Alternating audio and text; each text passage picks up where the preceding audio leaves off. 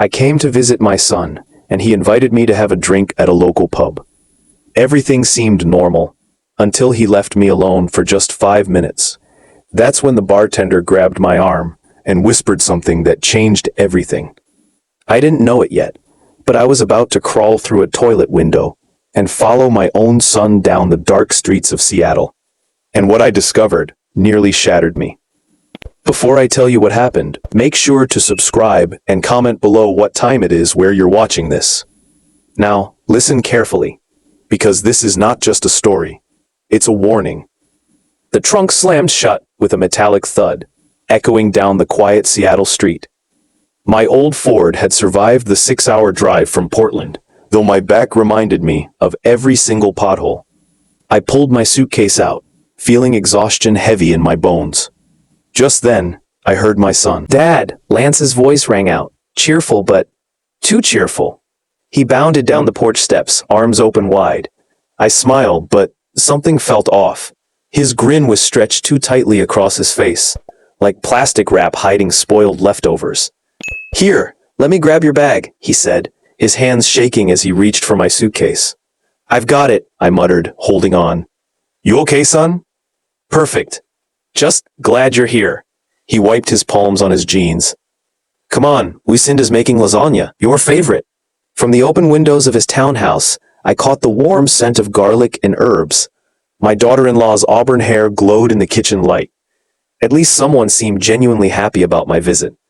But Lance's grip on my elbow was too tight, his voice too nervous. "Dad," he whispered, "we need to talk, seriously." I stopped walking. "Then let's talk now." "No, later." He shook his head. "After dinner, please." His fake smile returned as Lucinda appeared in the doorway, apron dusted with flour. "Everything all right out there?" "Everything's great," Lance called back, his voice an octave higher than normal. I knew better. Something was wrong. The house was filled with laughter and the sound of plates clinking. Lucinda kept chatting about the neighborhood, her new gardening project, even asked about Portland. But my son barely touched his food. His leg bounced under the table, hands constantly fidgeting with his fork. "Work okay?" I asked, stabbing a piece of lasagna. "Great. Just busy." He forced a smile, then quickly changed the subject. At night, as I unpacked in the guest room, I glanced out the window. Lance was outside, smoking, something Lucinda hated. He paced the backyard, cigarette glowing orange, his free hand raking nervously through his hair. I remembered his vague phone call last month about financial problems. I had offered help. He refused, said he had everything under control. Looking at him now, chain smoking under the Seattle rain, I knew nothing was under control. The next evening, Lance suggested grabbing a beer at a local pub. "It'll be good, Dad, just the two of us." We walked into the dimly lit bar. A bartender with tired eyes poured our drinks. For a while, things felt almost normal. We talked about football, old memories, even shared a few laughs. But then Lance's phone buzzed, his face drained of color. I need to step outside. Just a call. Be right back." He rushed out, leaving me alone at the bar. I took another sip of beer, trying to shake off the unease. That's when the bartender leaned over and grabbed my arm. "Sir," he whispered urgently, eyes darting toward the door. "You need to get out. Now. Your son, he's in deep trouble. Dangerous people. You don't want to be here when they come." My blood ran cold. "What are you talking about?" "No time. Window in the back. Go." Before I could process, the man practically shoved me toward the restroom. My instincts screamed that he wasn't lying.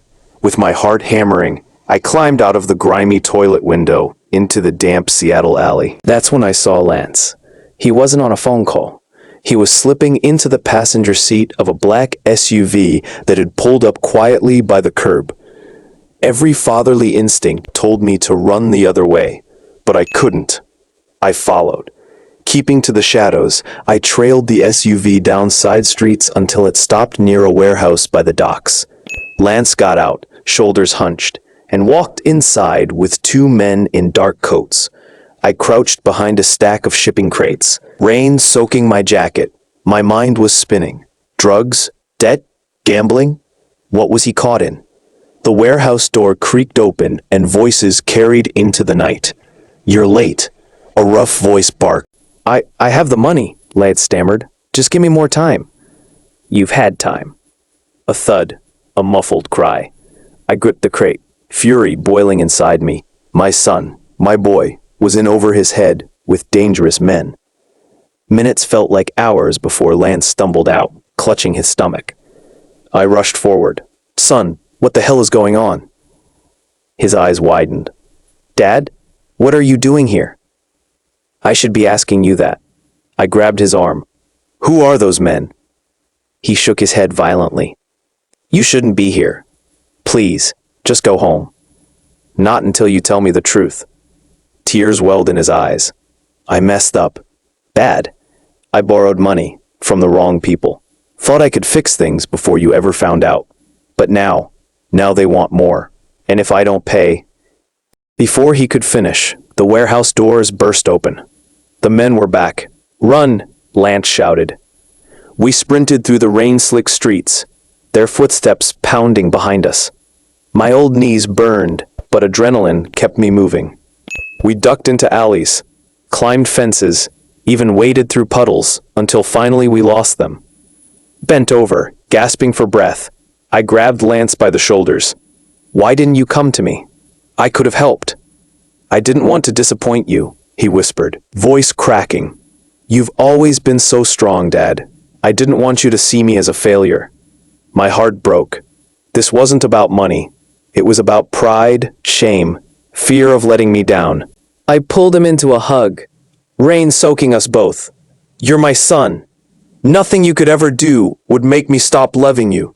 But we're going to fix this, together." The next morning we went to the police.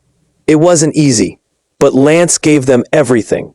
Names, details, proof of the loan shark operation. It took months, but the arrests finally came. The men who had threatened my son were behind bars. It wasn't a clean ending. Lance still had debts, still had scars, but he had something stronger now. Courage to face the truth, and family by his side. And that's when I realized something. Life isn't about never making mistakes. It's about having the courage to admit them, and the humility to accept help. So if you're watching this right now, and you're carrying a secret burden, remember, you don't have to face it alone. Family, real friends, the people who truly care about you, they'd rather see your struggles than lose you in silence. Because silence can be deadly, but truth can save you. If this story moved you, share it with someone who might need to hear it today. Don't forget to like, subscribe, and tell me in the comments, what would you do if you discovered your loved one was hiding something dangerous? Thank you for listening. And remember, no matter how dark things get, there's always a way forward.